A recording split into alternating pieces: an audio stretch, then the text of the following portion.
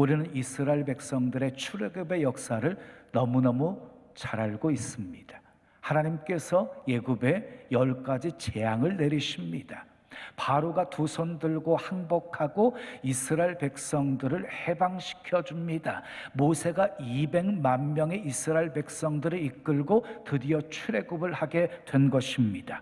이 일로 인해서 애굽 사회에는 큰 혼란이 일어나게 되어져요. 왜냐하면 노동력이 다 떠나버렸기 때문이에요.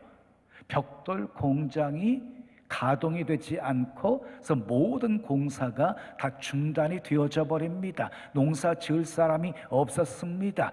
양과 그리고 소들을 돌보는 목자가 없었습니다. 들판에 익어가는 곡식을 거둘 노동력이 없었습니다. 바로의 마음이 바뀝니다. 애굽의 모든 병거를 총동원해서 다시 이스라엘 백성들을 잡아오려고 추격합니다. 그런데 출애굽기 14장을 보면 이런 상황을 하나님이 만드셨음을 발견하게 되어지지요. 바로의 마음을 완악하게 하셔서 추격하게 하신 분도 하나님이셨고, 이 사건을 통해서 하나님이 영광 받으시겠다고 말씀하셨습니다. 그러니까 바로의 변심과 추격은 하나님의 계획 속에 이루어진 것들입니다.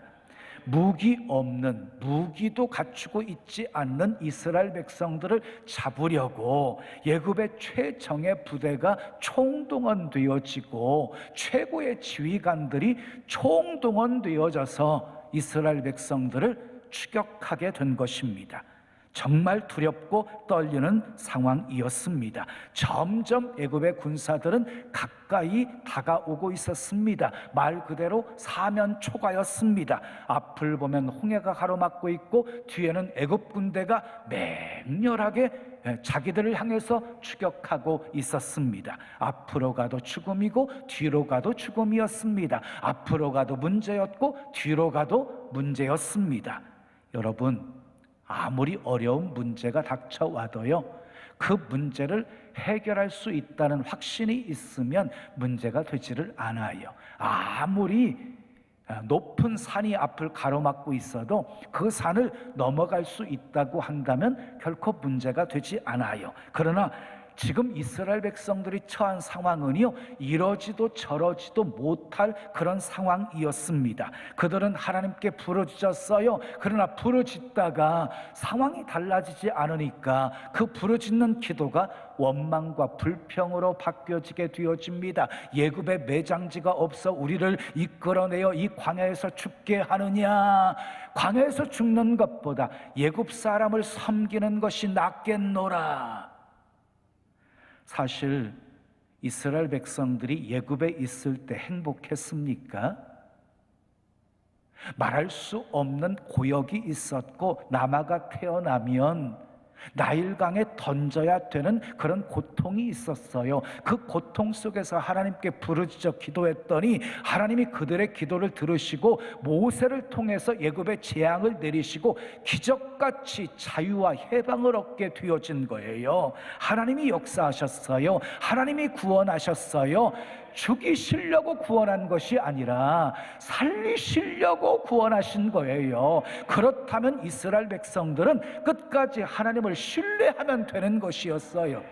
그런데 출애굽한 이스라엘 백성들은 하나님을 신뢰하지 못하고 보여지는 상황과 사실 앞에서 두려워 떨면서 원망 불평하기 시작한 것입니다. 그런데 하나님이 모세를 통해서 주신 문제 해결 방법은요, 아주 간단했습니다. 너희는 두려워하지 말고 가만히 서서 여호와께서 오늘날 너희를 위해서 행하시는 구원을 보라. 너희가 오늘 본 애굽 사람을 또다시는 영원히 보지 못하리라. 여호와께서 너희를 위하여 싸우시리니 너희는 가만히 있을지니라. 무슨 말씀이에요? 하나님이 하시겠다는 거예요. 하나님이 해결하시겠다는 거예요. 하나님이 싸우시겠다는 거예요. 그러므로 이스라엘 백성들은 그냥 가만히 있어 하나님이 행하시는 구원을 보기만 하면 됐던 것이에요. 이어서 하나님께서 모세에게 이스라엘 백성들에게 명하여서 앞으로 나아가게 하고, 그리고 지팡이를 손을 바다 위로 내밀게 하십니다. 모세가 말씀대로 순종합니다. 어떻게 되었습니까? 본문 21절 함께 읽습니다. 시작. 모세가 바다 위로 손을 내밀매 여호와께서 큰 동풍이 밤새도록 바닷물을 물러가게 하시니 물이 갈라져 바다가 마른 땅이 된지라. 바다가요 마른 땅이 되었습니다. 이스라엘 백성들이 걸어가기 좋게 마른 땅이 되었습니다. 그때 물은요 좌우에 벽이 되어 있었다라고 성경은 소개하고 있습니다. 그 모습을 보고 있던 애굽의 군사들이 이스라엘 백성들을 쫓아서 홍해 바다를 향해서 들어갑니다. 애굽 군사들이 바다 가운데쯤 이르렀을 때에 하나님이 역사하십니다. 애굽 군대를 어지럽게 하십니다. 병거의 바퀴가 빠져가지고 달리기 어렵게 만들어 버리십니다. 그때 애굽 사람들이 말하기를 하나님이 치신다, 도망가자. 그때 하나님이 모세에게 말씀하십니다. 내 손을 바다 위로 내밀어 물이 애굽 사람들과 그들의 병거들과 마병들 위에 다시 흐르게 하라. 모세가 순종합니다. 손을 바다 위로 내밉니다. 어떻게 되었습니까? 28절 말씀 읽습니다. 시작. 물이 다시 흘러 병거들과 기병들을 덮되 그들의 뒤를 따라 바다에 들어간 바로의 군대를 다 덮으니 하나도 남지 아니하였더라. 하나도 남지 않도록 하나님이 말씀하신 대로 다시는 영원히 애굽의 군사를 보지 못하리라 말씀하신 대로 다 홍해에서 수장시킨 것입니다. 이 광경을 목격했던 이스라엘 백성들은 감격합니다. 그리고 출애굽기 15장에 보면 모세와 이스라엘 백성들이 하나님을 찬송합니다. 이 찬송이 성경에 나오는 최초의 찬송이에요. 최초의 찬송은 이스라엘 백성들이 홍해를 건너고 애굽 군사들이 다 수장되어지는 모습을 보고 감격 속에 부른 거예요. 찬송이었어요. 여러분, 모든 사건에는요 하나님이 하시고자 하시는 계획이 있습니다. 뜻이 있습니다. 자, 홍해 사건을 통해서 하나님이 하시고자 하신 궁극적인 목적이 무엇이었습니까? 본문 31절에 있습니다. 읽어요. 시작. 이스라엘이 여호와께서 애굽 사람들에게 행하신 그 큰 능력을 보았으므로 백성이 여호와를 어떻게 경외하며 여호와와 그의 종 모세를 어떻게 믿었더라. 여러분, 홍해 사건을 통해서 하나님이 하시고자 하셨던 목적은 이스라엘 백성들로 하여금 하나님을 경외하게 하시려고, 여호와와 모세를 믿고 따르게 하시려고 홍해 사건을 허락하신 것이었어요. 사랑하는 여러분, 우리가 살아갈 때 우리 삶 속에도 수많은 문제를 만나게 되어지지요. 위기를 경험하게 되어지지요. 부르짖어 기도하면 하나님이 도와주시지요. 건져주시지요. 역사해 주시지요. 축복해 주시지요. 질병은 치료해 주시지요. 그 놀라운 역사를 베푸시는 목적이 뭐예요? 똑같아요. 하나님 경외하라고. 하나님을 믿고 섬기고 따르는 삶을 살라고 하나님이 주시는 축복인 것입니다. 대부분의 사람들은요 자신의 경험과 상식을 초월한 이야기를 들으면 믿지 않으려는 반응을 보입니다. 정상이지요. 믿지 않으려고 해요. 그런데 여러분, 성경을 보게 되어지면 인간의 이성과 상식을 초월한 역사들이 얼마나 많이 소개되어져 있습니까? 하나님이 말씀으로 천지를 창조하셨습니다. 하나님이 흙으로 사람을 지으셨습니다. 그리고 예수님이 처녀의 몸에서 동정녀 처녀의 몸에서 성령으로 잉태되셨습니다. 죽은 지 나흘이나 되어서 썩어 냄새가 나는 나사로를 하나님이 살리셨습니다. 물고기 2마리와 보리떡 5덩이 가지고 5,000명 이상을 배불리 먹이고도 12광주리가 남게 역사하셨습니다. 예수님이 물 위를 걸어오셨습니다. 우리 인간의 수준으로 보면은요, 말도 안 되는 일입니다. 믿지 못하는 것이 정상입니다. 오히려 그것을 믿는 것이 이상한 일이지요. 그러나 우리 인간의 수준으로 볼 때는 말도 되지 않는 일들이 전능하신 하나님의 수준에서 보면 아주 간단한 일입니다. 우주 만물을 말씀으로 창조하신 하나님이 그 홍해 바다 갈라지게 하고 육지처럼 건너게 하시는 것, 뭐가 그리 어려우셨겠습니까? 그 하나님은 어제나 오늘이나 영원토록 동일하신 분이십니다. 전능하신 분이십니다. 지금도 우리를 위해 역사하시는 분이십니다. 믿으시면 크게 아멘 하십시오. 전능하신 하나님 찬양, 언제나 동일하신 주, 전능하신 하나님 찬양, 영원히 다스리네.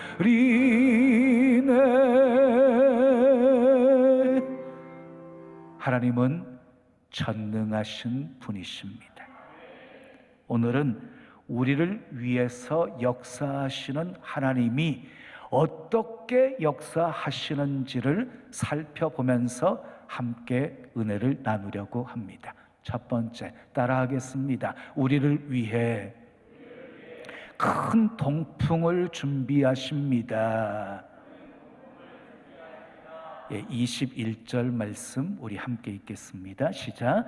모세가 바다 위로 손을 내밀매 여호와께서 큰 동풍이 밤새도록 바닷물을 물러가게 하시니 물이 갈라져 바다가 마른 땅이 된지라. 모세가 순종해서요, 지팡이를 든 손을 바다 위로 내밀었더니 큰 동풍이 불어왔어요. 여러분, 동풍은 동쪽에서 불어오는 바람입니까? 아니면 동쪽으로 부는 바람입니까? 동쪽에서 불어오는 바람이 동풍입니다. 남쪽에서 불어오는 바람은 남풍, 북쪽에서 불어오는 바람은 북풍입니다. 그렇다면 이스라엘 백성들은 홍해를 기준으로 해서 서쪽에 있었습니까? 동쪽에 있었습니까? 서쪽에 있었습니다. 서쪽에. 자, 홍해를 기준으로 볼 때 이집트 예구분이요, 서쪽에 있었습니다. 서쪽. 이스라엘 백성들이 아직 홍해를 건너기 전이었으니까 이스라엘 백성들은 서쪽에 있었던 것입니다. 자, 그런데 홍해 건너편에서 동풍이 불어온 거예요. 동풍이. 그러니까 애굽 군대가 추격해 와서 이러지도 저러지도 못할 상황 속에서 이스라엘 백성들이 울고 불고 난리 칠 때 하나님께서는 홍해 건너편에 동풍을 준비하고 계셨습니다. 그것도 모르고 이스라엘 백성들은 모세를 향해서 원망 불평하면서 이제는 죽었다고 난리를 친 것입니다. 사랑하는 여러분, 우리는 어떻습니까?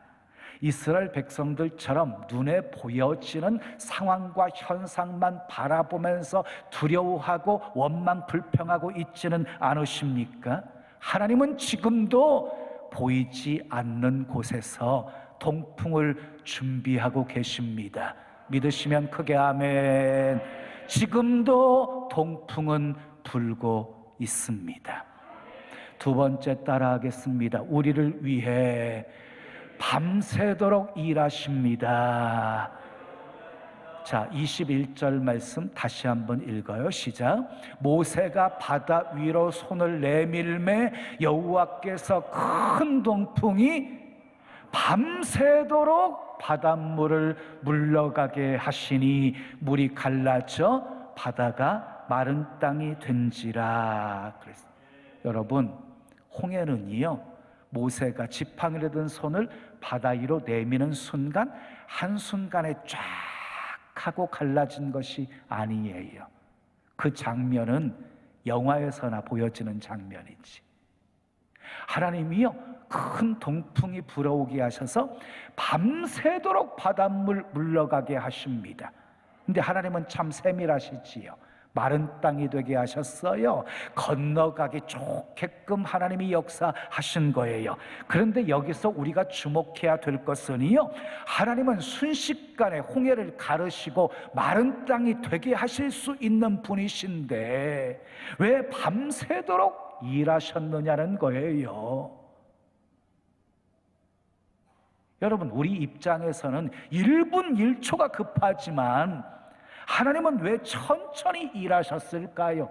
하나님이 일하시고 역사하시는 모습을 이스라엘 백성들로 하여금 아주 밤새도록 보게 해주신 거예요. 밤새도록 보게 해주신 거예요. 여러분 기억하십시오. 내가 원망하고 있는 그 시간에도, 내가 잠들어 있는 그 시간에도, 내가 너무 견디기 힘든 그 순간에도 주님은 우리를 위해서 쉬지 않고 일하고 계십니다. 믿으시면 크게 아멘. 여러분들이 너무 잘 아시는 복음성가가 있지요. 왜 이런 슬픔 찾아왔는지 원망하지 마세요. 우리 함께 찬양해 보겠습니다.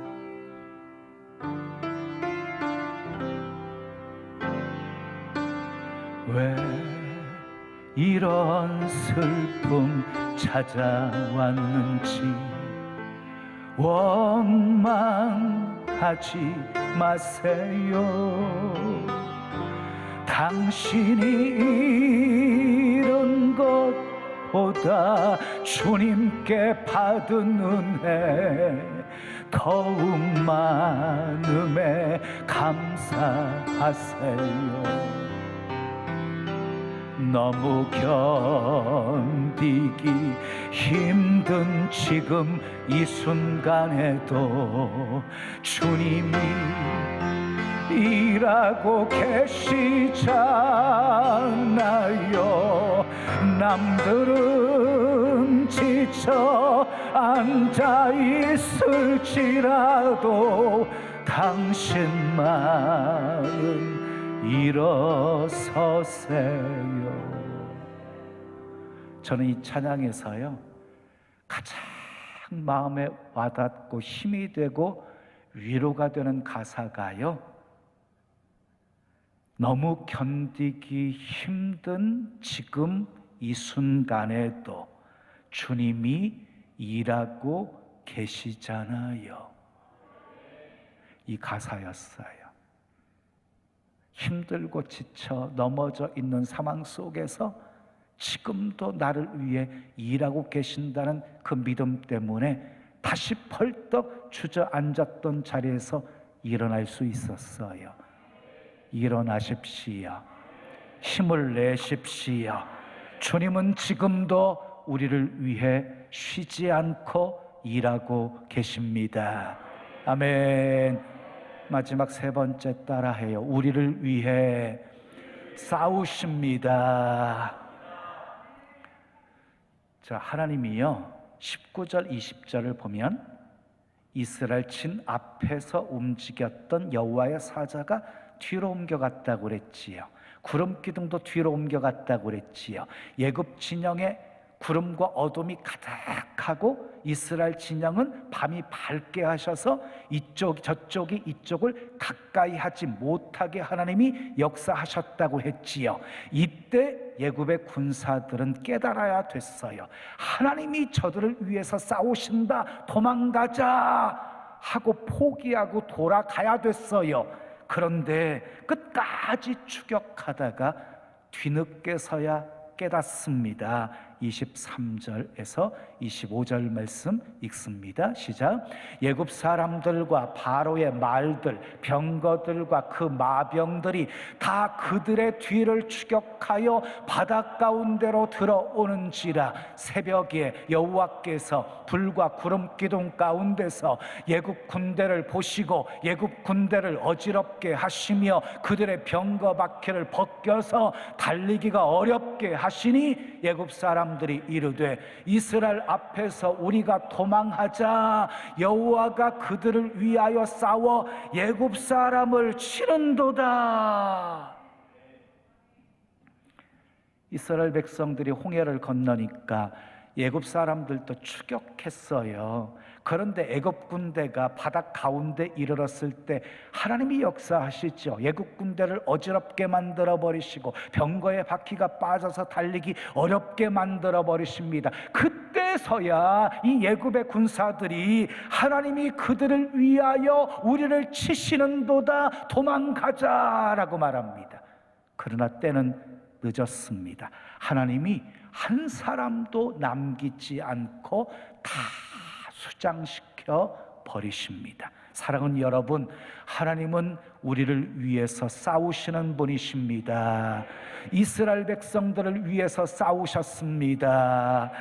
모세를 위해서 싸우셨습니다. 여호수아를 위해서 싸우셨습니다. 엘리야를 위해서 싸우셨습니다. 다윗을 위해서 싸우셨습니다. 하나님이 싸워주시는 싸움에는 반드시 승리가 있습니다. 상상을 초월한 하나님의 방법으로 역사하셨습니다. 이 사실을 확신한 모세는 본문 14절에서 여호와께서 너희를 위하여 싸우시리니 너희는 가만히 있을지니라 하고 믿음으로 선포할 수 있었던 것입니다.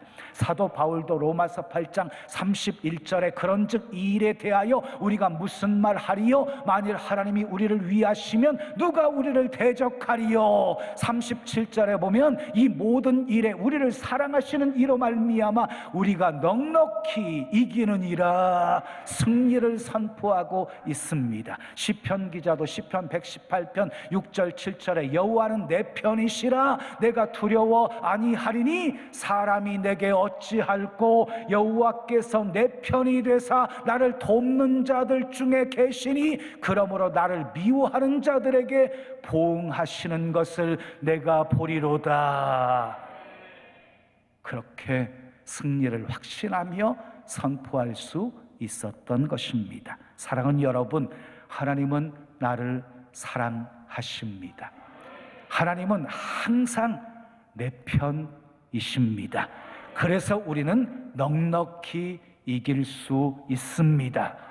다 같이 두 손 가슴에 모으시고 따라하시기 바랍니다. 지금도 나를 위해 동풍은 불고 있다. 지금도 나를 위해 하나님은 일하신다. 지금도 나를 위해 하나님은 싸우신다. 믿으시면 크게 아멘. 오늘 우리 앞에 홍해가 가로막혀 있을지라도 원수의 세력이 뒤에서 맹렬하게 공격하고 있을지라도 이러지도 저러지도 못할 절망의 깊은 수렁텅이에 빠져 있을지라도 두려워하지 마십시오. 원망하지 마십시오. 모세처럼 하나님이 싸워주심을 믿고 하나님의 구원을 선포하십시오. 말씀하신 것 반드시 이루시는 하나님이심을 믿고 하나님의 방법대로 순종하십시오. 그래서 믿음으로 사실을 이기며 사십시오. 지금도 하나님은 우리를 위해서 동풍을 준비하십니다. 지금도 하나님은 우리를 위해 쉬지 않고 일하고 계십니다. 지금도 하나님은 우리를 위해 싸우시고 계십니다. 지금도 살아계셔서 우리를 위해서 역사하시는 하나님이 여러분의 삶에 놀라운 승리와 넘치는 복 많이 많이 주시기를 예수님의 이름으로 축원합니다. 지금은 선교 헌금 시간입니다. 이 예배를 통해 삶 가운데 은혜와 회복이 충만하시길 간절히 기도합니다.